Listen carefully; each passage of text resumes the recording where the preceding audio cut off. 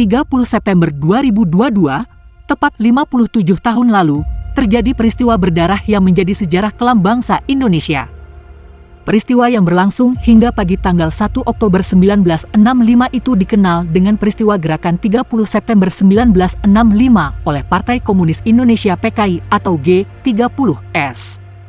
Dalam peristiwa itu, 6 jenderal angkatan darat dan 1 ajudan tewas setelah diculik pasukan khusus pengamanan presiden, pasukan Cakrabirawa. Namun, yang menjadi sasaran utama, yakni Jenderal Besar Abdul Haris Nasution bisa lolos dari peristiwa berdarah tersebut. Ia harus kehilangan putri bungsunya yang kala itu berusia 5 tahun, Ade Irma Suryani Nasution dan ajudannya, Kapten Pierre Tendean harus kehilangan nyawa karena ditembak peluru oleh Cakrabirawa. Bisikan dari sang istri Johanna Sunarti Nasution dan keberaniannya melawan pasukan Cakrabirawa yang membuat Jenderal Abdul Haris Nasution selamat. Mulanya di malam hari saat peristiwa terjadi, sang istri sempat memantau keadaan di sekitar rumah lantaran terdengar kendaraan datang dan bunyi tembakan serta pintu rumah dibuka paksa. Aha Nasution dan Johanna kala itu memang tengah terjaga.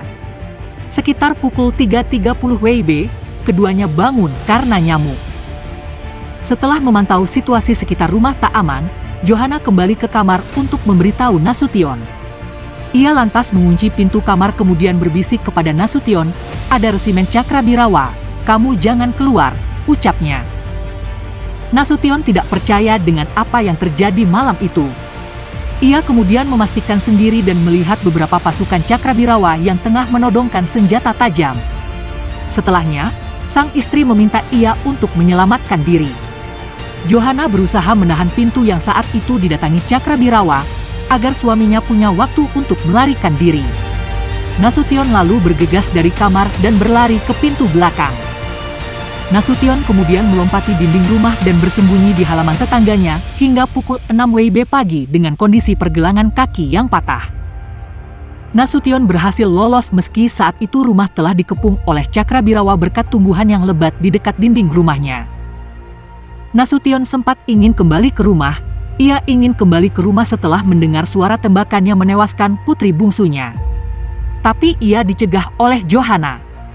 Saat peristiwa terjadi, putri bungsu yang semula tidur bersamanya dan istri sempat dibawa oleh adik Nasution, Mardiah, ke kamar lain dengan tujuan menyematkan diri. Karena panik, Mardiah salah membuka pintu. Pasukan Cakrabirawa bergegas memberondong senjata api tepat di depan mukanya. Naas, peluru yang ditembak mengenai punggung Ade Irma Suryani.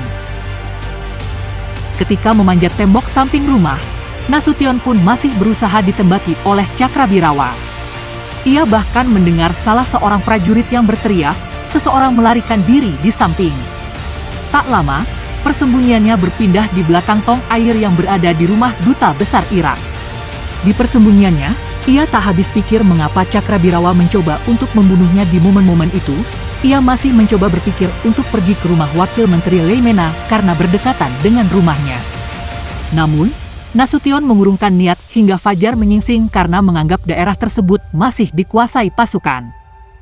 Beberapa hari setelahnya kejadian itu, tepat pada 5 Oktober 1965, ia yang mengantar ke-6 jenazah Jenderal Ade dan ajudannya ke peristirahatan terakhir. Para jenderal itu adalah Jenderal Ahmad Yani, Letjen Suprapto, Maijen S. Parman, Maijen MT Haryono, Maijen D. Panjaitan, Maijen Sutoyo Siswomiharjo, dan Pierre Tendean. Adapun rumah yang kala itu ditempati Nasution dan keluarga di Jalan Teku Umar, Menteng, Jakarta Pusat, menjelma menjadi museum dengan nama Museum Sasmitaloka Jenderal Besar Dr. Aha Nasution. Museum itu diresmikan oleh Presiden Susilo Bambang Yudhoyono SBY pada 3 Desember 2008, bertepatan dengan hari lahir Aha Nasution. Jenderal Nasution wafat di Jakarta pada 8 September 2020 di usianya yang ke-81 tahun.